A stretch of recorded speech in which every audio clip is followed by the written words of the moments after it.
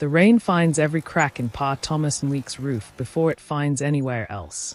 Tonight it drips onto the same wooden table where his medicine sits, 3 tablets short of what the clinic told him he needed.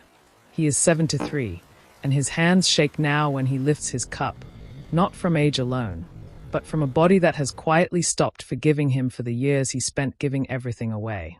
In the city, 3 phones ring for him and 3 phones go unanswered. His daughter Grace is in a courtroom, building an empire out of other people's arguments. His son Michael is closing a deal that will make him richer than his father ever imagined being. His eldest, Daniel, sits behind a glass office door while his secretary, Sarah, takes the call instead of him. "Tell him I'm in a meeting," Daniel says, not looking up. He does not know yet that his father called about the roof.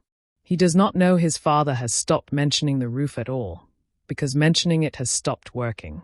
What none of them know, what not even Pa Thomas remembers clearly, because to him it was never a debt, only a kindness, is that 40 miles away, a man named Martin Cole is looking at an old photograph and asking his assistant one question. Find out if the old man is still alive. Somewhere between a leaking ceiling and a locked office door, a reckoning is already on its way home. Pa Thomas Week wakes before the sun, the way he has for 50 years, though there is no longer a farm demanding it of him. He lights the stove himself. He carries his own water.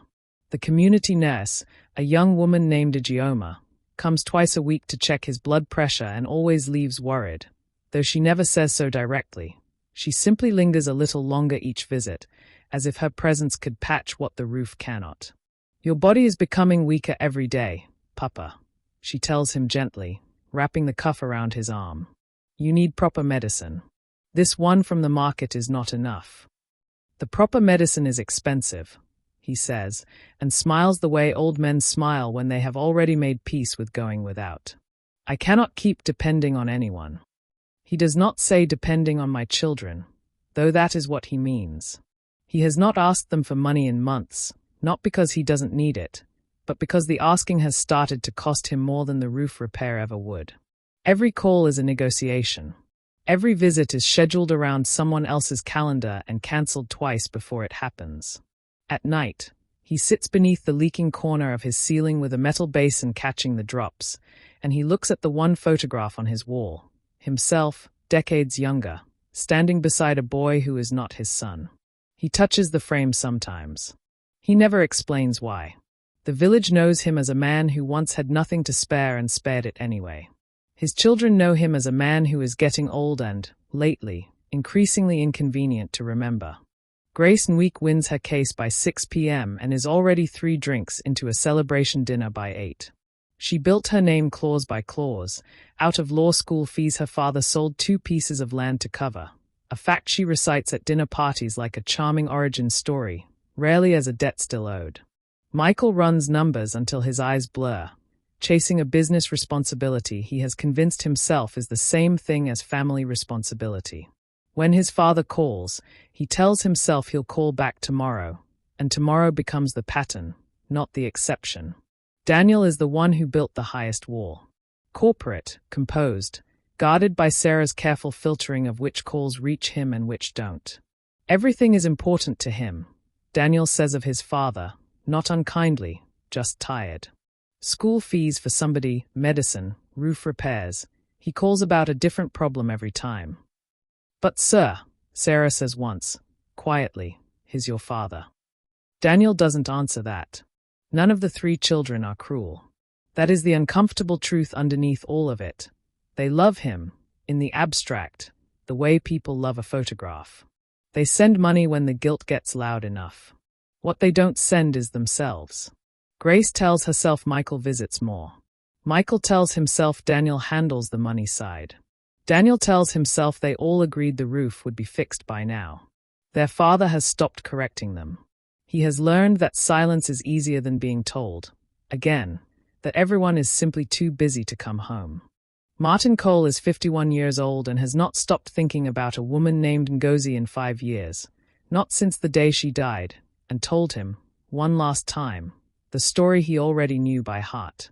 "When I was 12, Martin says quietly to his assistant, staring at the old photograph on his desk. "I was pulled out of school. My mother couldn't pay. There was a man in our village, not rich, not even comfortable, who heard about it and paid 3 years of my fees without being asked twice. When my mother had nothing left to give anyone, he gave her land instead."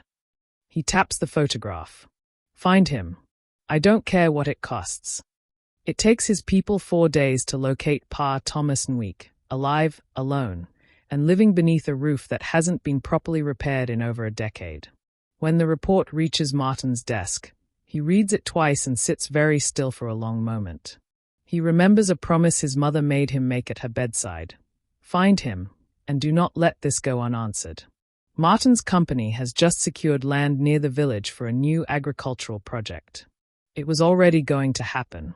But now, standing in his office looking at coordinates and a construction timeline, Martin sees something else in the paperwork. Not just an opportunity, but a debt with a door finally open to walk through. "I don't want to just send money," he tells his assistant. "Money is what his own children send him. I want to give him back something they never gave him. I want to give him honor." The village square fills faster than anyone expected for a company groundbreaking. Chairs are set beneath a canopy tent. Company banners flap gently in the breeze off the banana trees. Pa Thomas is invited by a formal letter he almost doesn't open, assuming it's another land dispute notice. He arrives in his best, and only, good shirt, expecting to sit quietly in the back. Instead, Martin Cole walks directly to him in front of the gathered crowd, extends both hands to the old man's one, and speaks loud enough for the microphone to carry it to everyone present. "Many of you don't know this man's name yet. I do. 40 years ago, when my mother had nothing, when I was about to lose my education before it even began, this man, with barely more than she had, paid what we could not. He gave without expecting anything back.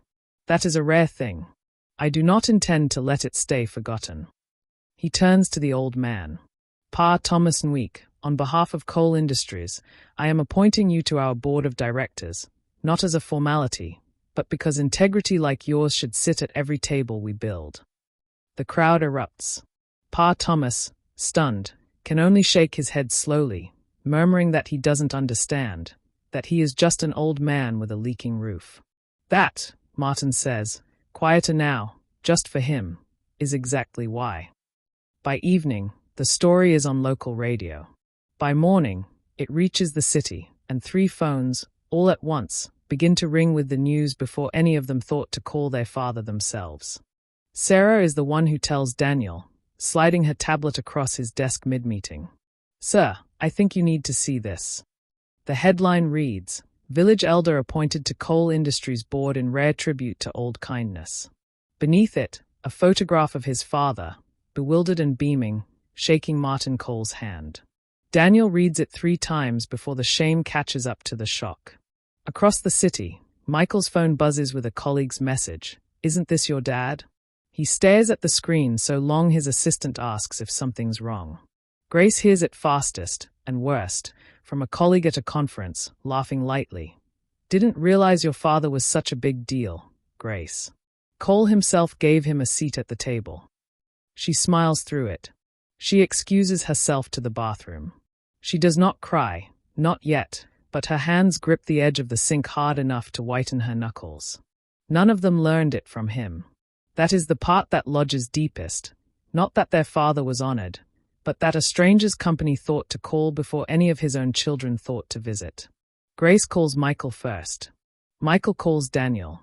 For the first time in over a year, all 3 siblings are on one line together, not arguing over holiday plans or medical bills, but sitting in a silence heavier than any of those calls had ever been. "We should not have needed a stranger to tell us," Grace finally says. No one disagrees. They arrive within a day of each other, and none of them announces it in advance. For once, they simply come. Grace is first, standing outside the familiar cracked walls of the house she grew up in, staring at the roof she has paid to have handled 3 times without ever once checking whether it actually was. It hasn't been. The tarp patch she funded 2 years ago has rotted through. Michael arrives with his car full of supplies bought in a panic, a new mattress, boxes of medication, a portable generator, as if enough things, purchased quickly enough, could undo the years of absence. Daniel comes last, dressed down for once, no tie, no driver waiting outside. He stands at the doorway of the home he hasn't set foot in for over 18 months and, for a moment, cannot make himself knock. Their father opens the door before any of them can. He looks smaller than they remember, and steadier than they expected. Dignity, it turns out, does not require a full stomach or a dry ceiling. "You all came," he says, and there is no accusation in it. Just quiet surprise. "Papa, we should have come sooner," Grace says, voice breaking on the second word. He studies them for a long moment. His lawyer, his businessman, his executive. 3 people he raised out of almost nothing, standing awkwardly on his doorstep like strangers unsure if they are welcome in a home they were born in. "Come in," he says finally. The roof still leaks. But so does forgetting. Let's talk about both. The conversation that night is not the one they braced for. There is no shouting. Pa Thomas has never once raised his voice at his children, and he does not start now, which somehow makes it harder to bear. "I am not angry that you sent money," he says, sitting in his usual chair, the basin still catching drips in the corner behind him. Money is easy to send. It does not ask you to sit with an old man and hear him talk too long about nothing. "I understand you are busy. I built you to be capable people. I am proud of that." He pauses. But a call that only comes when something is broken is not the same as a call that comes because you wanted to hear my voice. I have known the difference for a long time. I simply stopped saying so, because saying so did not change anything. Daniel looks at the floor. Michael's jaw tightens. Grace is the one who finally speaks. "We told ourselves the others were handling it. That's not an excuse. It's just what happened. You also had responsibilities," their father says, without bitterness. "I do not forget that I asked much of you, growing up. I sold what I had for your school fees, and I do not regret one piece of land it cost me. But success should not make children forget where they came from. Not because I need thanking, because forgetting costs you something too." No one answers right away. The rain starts again outside, tapping the same familiar rhythm on the same unfixed roof. And for the first time in years, all 4 of them sit and listen to it together. The formal board induction is held a week later, under the same tent, with a written speech prepared for Pa Thomas by Coal Industries communications team, polished, safe, 3 paragraphs of gratitude that say everything except what he actually wants to say. He holds the paper for a moment at the podium, looks out at the crowd, at Martin Cole seated proudly in the front row, at his 3 children standing together near the edge of the tent for the first time in years, and sets the speech down, unread. "I did not come here today to read words someone wrote for me," he says, voice steadier than his hands. "I came to say something true." He looks directly at Grace, Michael, and Daniel. "A stranger remembered a kindness I did 40 years ago and gave me more honor in one afternoon than I have felt in the last 5. That is a good thing, and I am grateful for it. But I want everyone here, especially my children, to understand something. It should not take a stranger's gratitude to remind a family of what it owes each other." The tent goes quiet. Success is not a mistake. I raised you to want it. But if success ever makes you forget the hands that lifted you when you had nothing, whether that is a father's hands, or a mother's, or a neighbor's, then the success has cost you more than it gave you. He finds his children's eyes, one by one. "Do not wait for a stranger to remind you who I am. I am still here. Come home."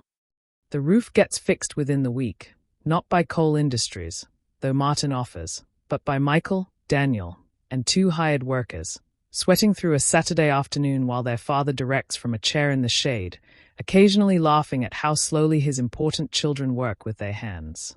Grace starts visiting every second weekend, no occasion required. She stops calling it checking in and starts calling it what it is, going home. "I forgive you," their father tells them plainly, one evening on the mended porch.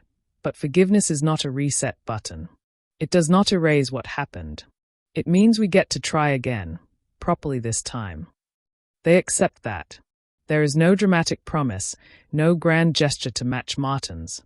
Just Sunday phone calls that no longer get filtered by a secretary. Just a spare room in each of their homes now permanently kept ready for him.